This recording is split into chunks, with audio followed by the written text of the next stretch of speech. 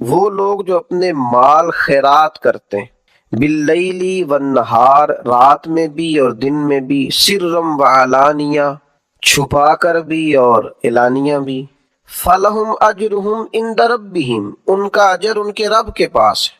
اجر تو اللہ تعالیٰ انہیں عطا فرمائے گا، لیکن یہاں جس اجر کا بیان فرما دیا آگے، صبح قیامت جو اجر دیا جائے گا وہ تو دیا جائے گا، لیکن ایک اجر اس آیت کے آخر میں بیان کیا، وہ کیا ہے؟ وَلَا خَوْفٌ عَلَيْهِمْ وَلَا هُمْ يَحْزَنُونَ، ان کو نہ کچھ خوف ہوگا اور نہ ہی کچھ غم ہوگا، نہ خوف ہوگا نہ کوئی غم ہوگا۔ اللہ تعالیٰ انہیں غموں سے، خوف سے آزاد فرما دے۔ یہ جو اللہ کی راہ میں خیرات کرتے ہیں، کس طرح خیرات کرتے ہیں؟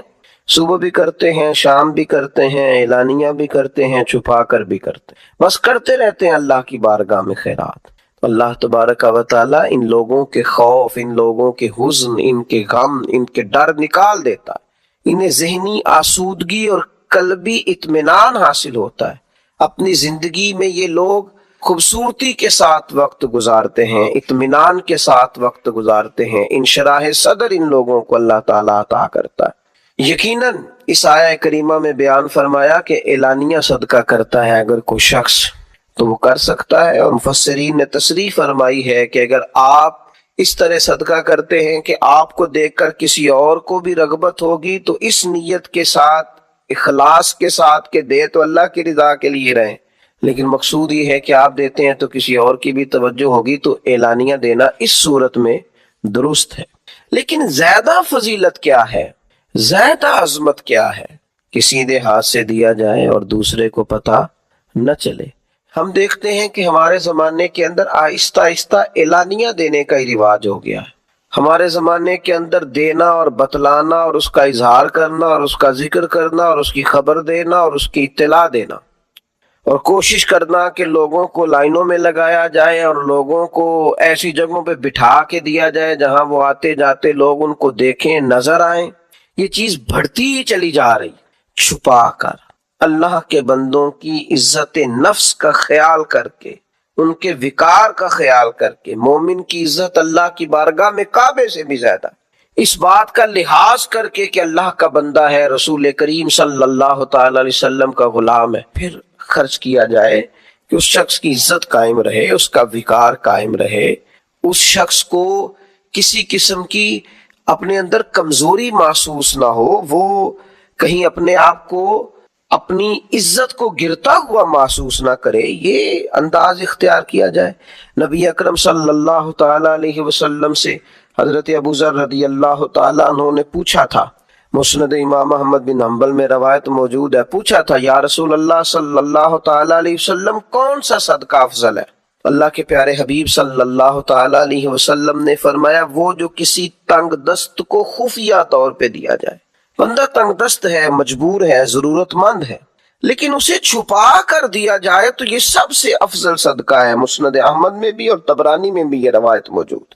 اور دوسرا، حضور علیہ الصلوۃ والسلام نے فرمایا ایک شخص زیادہ مالدار نہیں ہے، خون پسینے کی محنت کر کے کمائی کر کے لاتا ہے اور اس میں سے بھی وہ کچھ نہ کچھ اللہ کی راہ میں صدقہ کرتا ہے، تو یہ سب سے افضل صدقہ ہے۔ یہ بھی سب سے افضل صدقہ ہے اگر وہ کسی کو دیتا ہے، لیکن خفیہ طور پر، تھوڑا سا چھپا کر، لوگوں کی عزت کا خیال کر کے۔ ہمارے ہاں تو عجیب رسم چلی ہے کہ ہم یہ سمجھتے ہی نہیں کہ کسی کو چھپا کے دینے سے روحانی اطمینان کتنا ملتا ہے، کسی کو دے کر چپ کر جانے سے اللہ تبارک و تعالیٰ بردباری کتنی عطا کرتا ہے، کسی کو دے کر خاموش ہو جانے سے اللہ تبارک و تعالیٰ صحراؤں کی وسعت اور دریاؤں کی گہرائی جتنا حوصلہ عطا کر دیتا ہے۔ انسان اپنے چھوٹے سے قالب کے اندر، اپنے دل کے اندر کتنی وسعت محسوس کرتا ہے، اس نے اللہ کے بندے کو دیا ہے اور پھر وہ خاموش ہو گیا، پھر اس نے اجر اپنے اللہ پہ چھوڑ دیا ہے، اس نے پھر جزا اپنے مالک سے لینی ہے، یہ ارادہ کر لیا۔ یہ چیز انسان کو طاقتور کرتی ہے، ذہنی طور پر، قلبی طور پر، فکری طور پر اسے مضبوط کر دیتی۔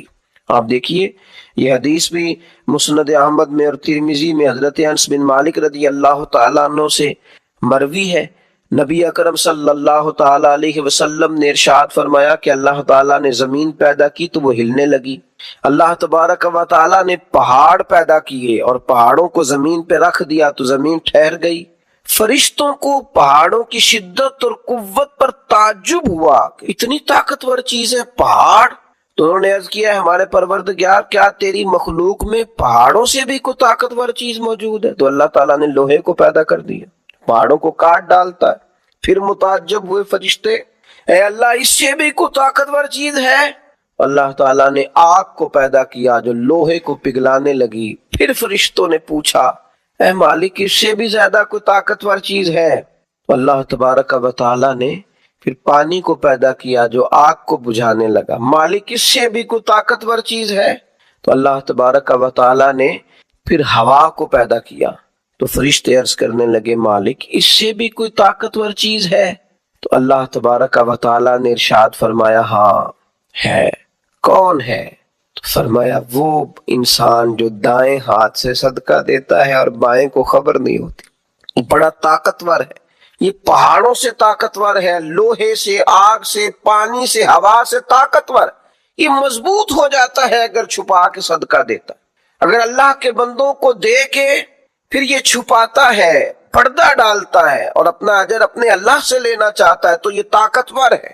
آپ سخی ہیں لیکن اگر طاقتور سخی بننا چاہتے ہیں، آپ اللہ کے بندوں سے نیکی کرتے ہیں، آپ اللہ کی مخلوق کے خیر خواہ ہیں لیکن اگر طاقتور خیر خواہ بننا چاہتے ہیں، آپ درد دل رکھتے ہیں لیکن اگر طاقتور درد دل والے بننا چاہتے ہیں، اللہ کے حبیب علیہ السلام نے نسخہ ارشاد فرمایا ہے نا، پھر چھپا کے صدقہ کریں، پھر اللہ کے بندوں کو دیں۔ لیکن یہ تصویر سازی، یہ فوٹو بازی، یہ لائنیں، یہ سڑکوں کے اجتماع، یہ چیزیں، ان سے تھوڑا سا اپنے آپ کو بچائیں، تھوڑا سا پیچھے ہٹیں۔ اب تو جس چیز میں نام نہیں ہوتا لوگوں کو لگتا ہے کام ہی نہیں ہوا، تو اس لیے سب سے زیادہ طاقتور وہ مومن ہے اور سب سے زیادہ خوبصورت وہ شخص ہے جو صدقے کو چھپا کے دیتا ہے، اور دنیا میں وہ طاقتور ہو جاتا ہے، اور آخرت میں نبی پاک علیہ السلام نے 7 ایسے لوگ بیان فرمائے جنہیں اللہ تبارک و تعالیٰ قیامت کے دن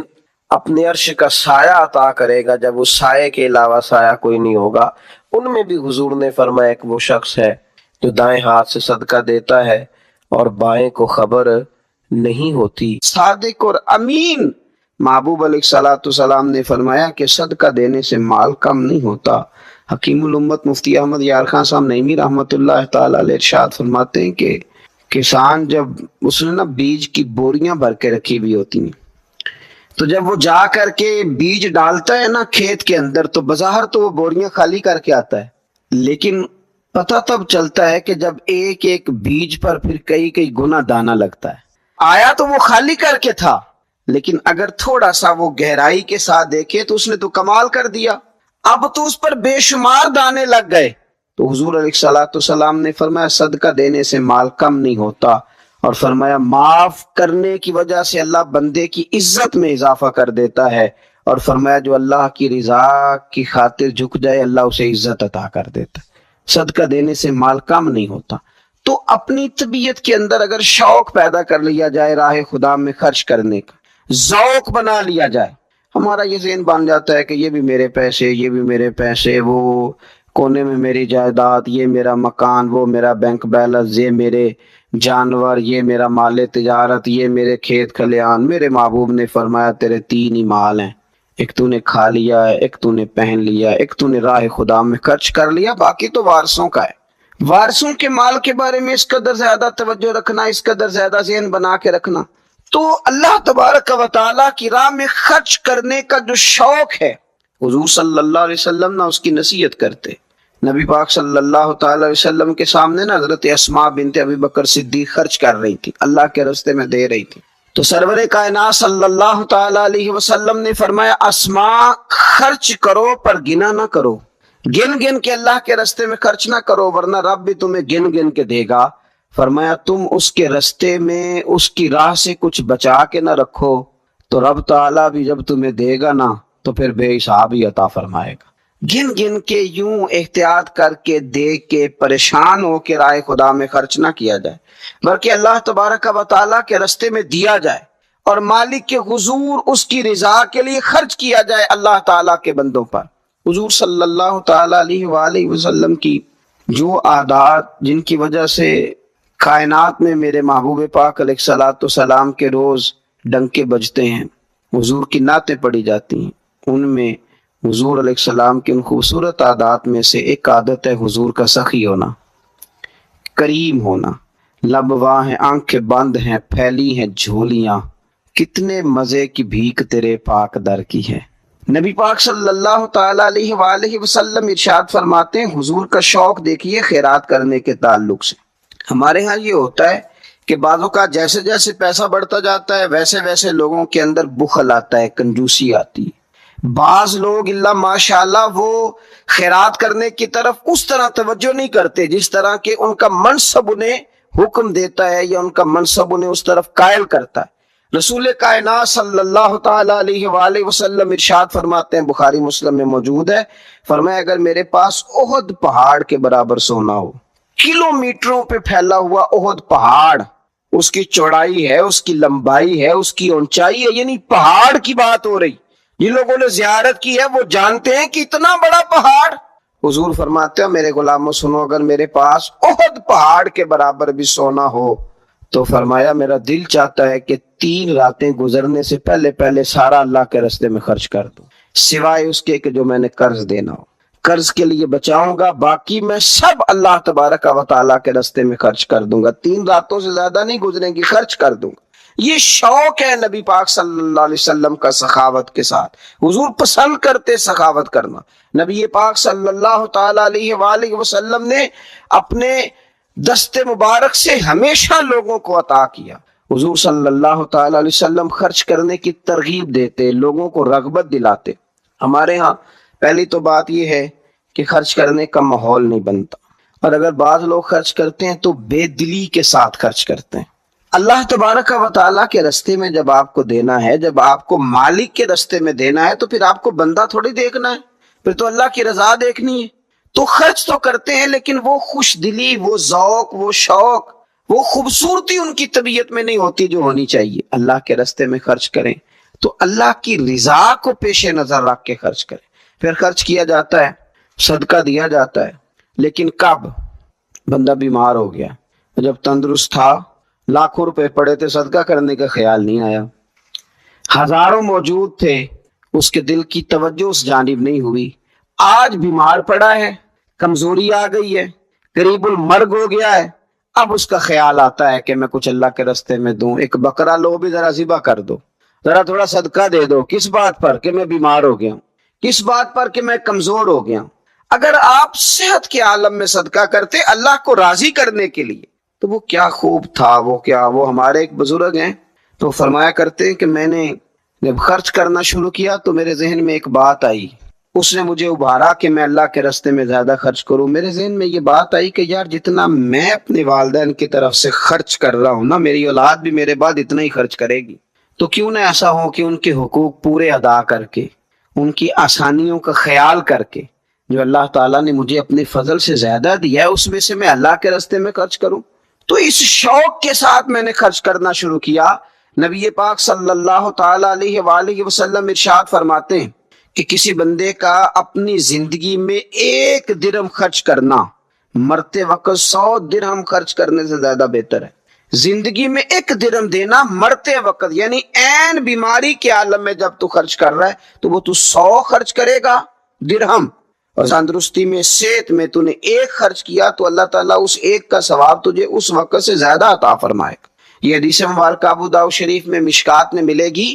حضور فرماتے ہیں صحت کے عالم میں خرچ کر، بجائے اس کے کہ تیری طرف سے کچھ صدقہ دینے جائے تو خود صدقہ دینے جا، اپنے ہاتھوں سے دے اور شوق بنا کے دے اور توجہ کر کے دے، اور تیری طبیعت لگی ہوئی ہو اور تو خود اپنے کندھے پہ رکھ کے جائے، غریبوں کے گھر میں پہنچا کے آئے، اور تو تیرا دل کرے کہ اگر میرے گھر کے اندر گندم موجود ہے پھر کوئی بھوکا نہ سوئے، اگر میرے پاس طاقت موجود ہے کسی کو کپڑا پہنانے کی تو پھر کوئی غریب سردی میں ٹھٹھرتا نہ سوئے، اگر میرے پاس طاقت موجود ہے مکانات بنانے کی، پھر مالک کریم کا کوئی بندہ جس کو میرے رب نے پیدا کیا، اس کی قدرت کا جو شاہکار ہے رسول پاک علیہ السلام کا، کوئی غلام بغیر چھت کے نہ سوئے۔ اگر میرے پاس طاقت ہے تو پھر میرا حال تو یہ ہونا چاہیے نا کہ کسی غریب کی بیٹی اس لیے نہ بیٹھی رہے کہ اس کے پاس جہیز کوئی نہیں.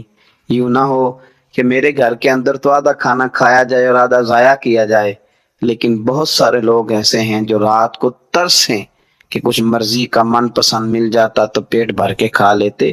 سخاوت کا حکم دیا گیا، صحت کے عالم میں خرچ کریں، تندرستی کے عالم میں خرچ کریں، اللہ کی رضا کے لیے خرچ کریں. یہ ماحول نہ بنائے کہ بیمار ہو گیا ہوں تو جا بیٹے صدقہ کر دے، اب میں کمزور پڑ گیا ہوں تو جا بیٹے تو کچھ اللہ کے راستے میں خرچ کر دے. ایک شوق ہو، ایک طبیعت ہو. نبی پاک صلی اللہ تعالی علیہ وآلہ وسلم کی پیاری زوجہ، ذرا یہ انداز بھی دیکھیے گا.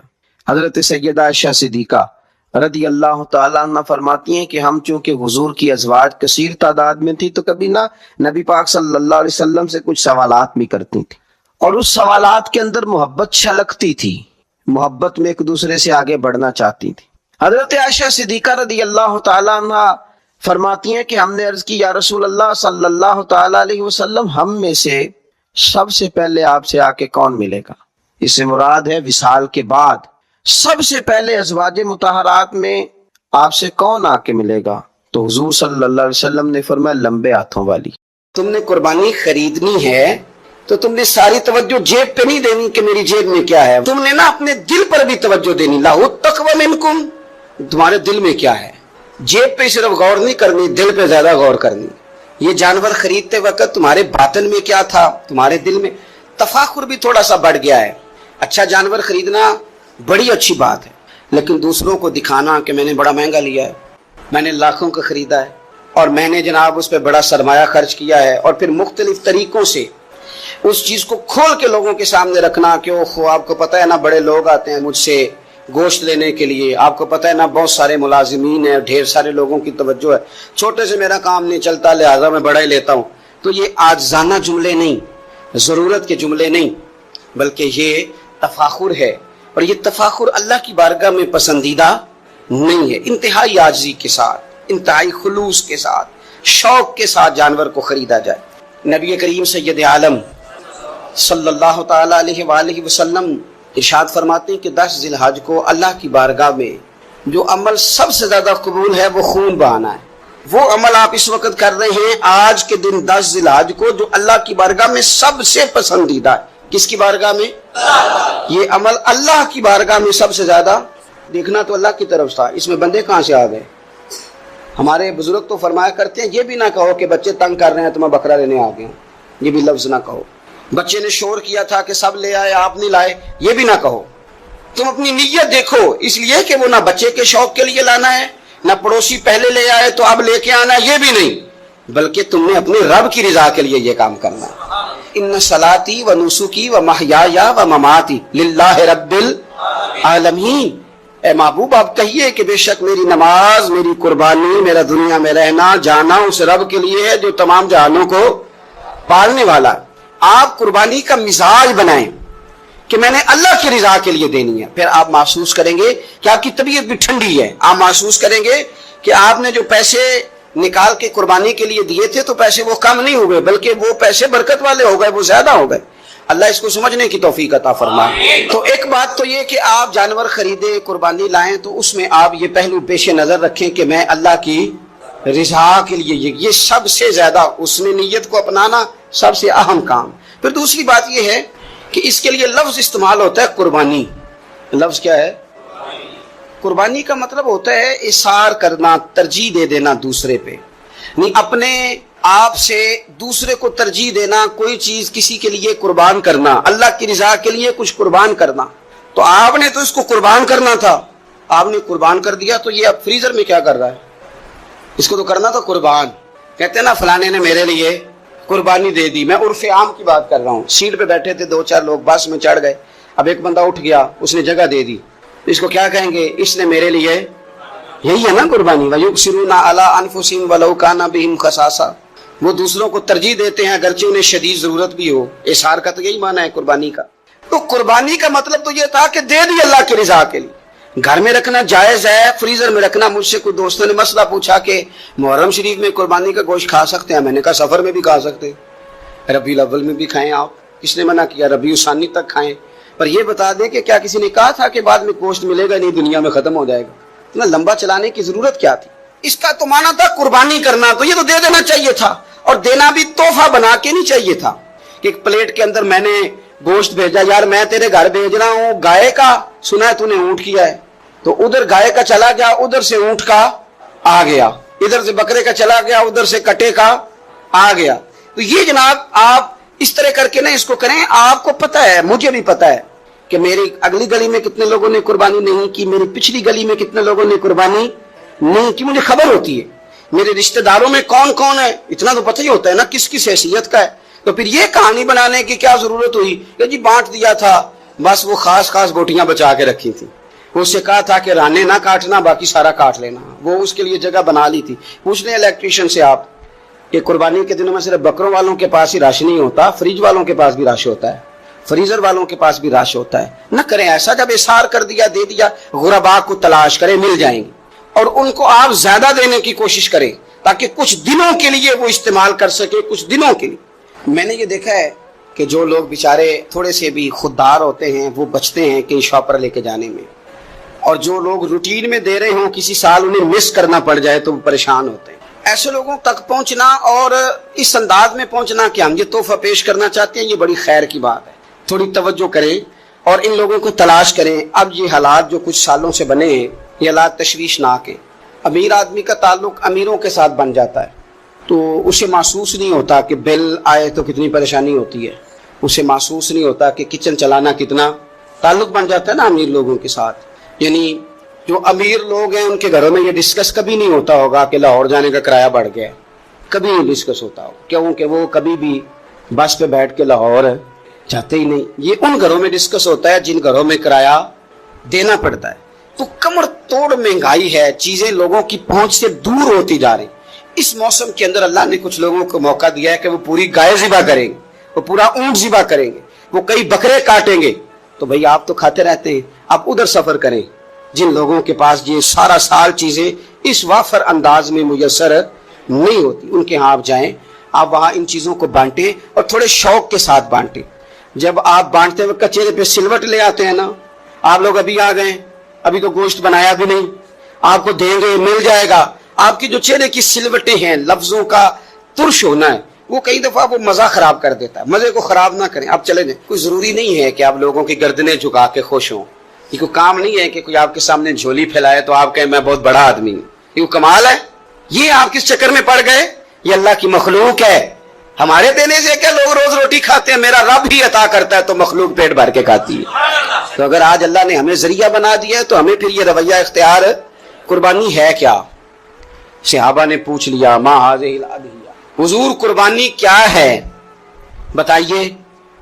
اب قربانی کا ایک سادہ مفہوم ہے کہ مخصوص جانور مخصوص وقت میں اللہ کے قرب کی نیت سے ذبح کرنا قربانی ہے، اور اس میں بتا دیا گیا کہ گائے بھینس اور بھیڑ بکری اور اونٹ، اور اس میں ساری اقسام شامل ہیں، نر بھی مادہ بھی خصی بھی غیر خصی بھی، سارا کچھ شامل ہے۔ یہ بھی ایک جملہ تھا، بتا دیا جاتا۔ پوچھا یا رسول اللہ قربانی کیا ہے؟ پتہ ہے حضور نے فلسفہ کیا بیان کیا؟ فرمایا سنتی ابیکم ابراہیم، یہ تمہارے باپ جناب ابراہیم کا طریقہ ہے، قربانی جناب ابراہیم کا، یہ حضور نے بیان کیا۔ تو صحابہ نے اس کی حضور طریقہ ہے حضرت ابراہیم کا، تو ہمیں کیا ملے گا؟ فرمایا ہر بال کے بدلے اللہ نیکی عطا فرمائے، جانور کے بدلے نہیں، جانور کے ہر۔ تو حضرت ابراہیم نے قربانی کیسے کی؟ قرآن مجید ہے اور سورہ صافات ہے، حضرت ابراہیم کی قربانی بھی قرآن نے بیان کی۔ بات کہاں سے شروع ہوئی؟ جناب ابراہیم نے دعا مانگی ربی ہب لی من الصالحین، اے اللہ مجھے صالح بیٹا عطا فرما۔ اولاد کی طلب صرف ماں کو نہیں ہوتی، باپ کو بھی بڑی ہوتی ہے۔ یہ الگ بات ہے بچے سپورٹر ماں کے ہوتے ہیں، باپ کو بھی بڑی طلب ہوتی ہے۔ ربی ہب لی من الصالحین، اللہ مجھے صالح اولاد عطا فرما، پہلے دعا مانگی۔ رب فرماتا فبشرناہ بغلام حلیم، ہم نے انہیں عقل مند بیٹے کی خوشخبری عطا فرمائی۔ انہوں نے صالح بیٹا مانگا، اللہ نے حلم والا بیٹا عطا کیا، بیٹا مل گیا۔ فلما بلغ معہ السعی، پھر جب بیٹا ان کے ساتھ کام کرنے کے قابل ہو گیا، بندہ رات کو تھکا ماندہ گھر آئے نا تو بیٹا تھوڑا سا بڑا ہو جائے تو اس کو چارپائی پہ لیٹا دیکھ کے ابا بڑا راضی ہوتا ہے۔ چلے زیادہ شاعروں نے شان اماں کی لکھی ہیں، اس میں شک کوئی نہیں، انہوں نے نہیں ابا کی طرف توجہ دی، ان کی مرضی ہے. تو زیادہ باتیں اماں کے حق میں ہوئی، پر باپ اور بیٹے کا پیار، بیٹے اور باپ کا پیار، اگر یہ آیتیں قرآن پاک کی کبھی سمجھ میں آ جائیں تو شاید عشق کی ساری داستانیں ختم ہو جائیں. بیٹا بھی اپنے باپ سے بڑا ہی پیار کرتا ہے، باپ بھی اپنے بیٹے سے بڑا. یہ دعا حضرت ابراہیم نے مانگی، یا اللہ صالح بیٹا دے. اللہ نے پھر کہا کہ میں نے خوشخبری دی ہند والے بیٹے کی، فلما بلغا ماہ سعیا، پھر بیٹا جب ساتھ چلنے کے قابل ہو گیا، قال یا بنی انی ارا فی المنام، کہا اے بیٹے میں نے خواب دیکھی ہے. کیا؟ انی اذبحک، میں تجھے ذبح کر رہا ہوں. فانظر ماذا ترا، بیٹے تیری رائے کیا ہے؟ میں نے خواب دیکھ لی، میں ذبح کر رہا ہوں، تو اپنی رائے بتا. رائے اس لیے نہیں پوچھی کہ اگر وہ کہیں گے نہ ذبح کرو تو نہیں کریں گے. رائے اس لیے پوچھی ہے کہ لوگوں کو پتا چلے کہ جس پتر کی تربیت حضرت ہاجرہ نے کی ہے، اور جس کی رگوں میں حضرت ابراہیم خلیل کا خون ہے، اور جس کی پیشانی میں نور محمدی چمکتا ہے صلی اللہ تعالی علیہ وسلم، ان کے خیالات کیا ہیں پتا چلے. اور یہ پوچھا بھی اس لیے تاکہ لوگوں کو سمجھ آ جائے کہ اگر حضرت ابراہیم ذبح کرنے کو تیار تھے تو جناب اسماعیل ذبح ہونے کو تیار. لوگوں کی سمجھ میں بات آ جائے. فانظر ماذا ترا، تیری کیا رائے ہے؟ قربان جائیں. یہ بھی انداز ہے بیٹے کا باپ کے ساتھ. یہ نہیں کہا کہ ابا جی ذبح کر دیں آپ، یہ نہیں کہا. خالا یا ابت تفعل ما تؤمر، کہا ہے ابا جی آپ کریں وہ جس کا آپ کو حکم دیا جا رہا ہے. رب جو کہتا ہے نا آپ وہ میرے ساتھ کر دیں. اگر اللہ کہتا ہے ذبح کریں تو ذبح کر دیں، اگر وہ فرماتا ہے اس کے ٹکڑے ٹکڑے کریں تو ٹکڑے ٹکڑے کر دیں. جو رب کہتا ہے وہ کریں. مجھے آپ انشاءاللہ صبر کرنے والوں میں سے پائیں گے. کریں، میں تیار ہوں، کریں. بیٹا ہے. سالوں کے بعد جناب ابراہیم نے دیکھا ہے، اب وہ اس عمر کو پہنچا ہے کہ وہ کام کرنے کے قابل ہوا، ساتھ چلنے کے قابل ہوا. حکم آ گیا. دیکھو ایک مشکل وہ ہوتی ہے کہ تبلیغ کرنی ہے کافروں کو، رستے میں مشکل آ گئی. ایک مشکل وہ تھی کہ کافروں سے لڑائی کرنی تھی تو رستے میں مشکل ہے. یہاں تو کچھ بھی نہیں، بیٹھے بٹھائے رب نے کہہ دیا کرو بیٹا ذبح. سمجھ آتی ہے کہ یاری تیری سونا ہے پر ازمائشاں بھی تیریاں اگ. یہ سونا پرکھیا جامدہ ہی پہلو نہ لگا دے لگ. وہ اپنے پیاروں کو نہ بیٹھے بٹھائے بھی امتحان لے لیتا ہے.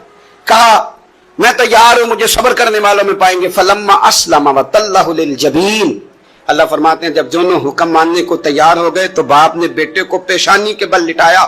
شیطان بڑا سر پٹایا، دوڑا. میں نے تو گمراہ کرنا تھا آدم کی اولاد کو، یہ کیا بنا؟ اللہ کی رضا کے لیے بیٹا تک قربان کرنے کو تیار ہو گئے. دوڑ کے جناب ہاجرہ کے پاس گیا. پتہ ہے آج کیا ہونے لگا ہے؟ پتہ ہے جناب خلیل کہاں لے گئے ہیں جناب اسماعیل کو؟ یعنی جی سیر و تفریح کے لیے گئے ہیں یہی ہیں، لیکن نہیں، وہ تو ذبح کر دیں گے. جناب ہاجرہ کہنے لگی کبھی باپ نے بھی بیٹے ذبح کیے؟ کہا ان کا گمان ہے کہ رب کا حکم آیا ہے. فرمانے لگی تم مردود شیطان ہے، اللہ کے نبی کا گمان نہیں ہوتا، رب کے نبی کو وحی آیا کرتی ہے. دوڑ جائے ادھر سے. اگر میرے مالک نے میری گود کا پالا مانگا ہے تو ایک اسماعیل ہے. کاش میری گود میں ہزاروں ہوتے، میں ایک ایک کر کے سارے اپنے رب کے نام پہ قربان کر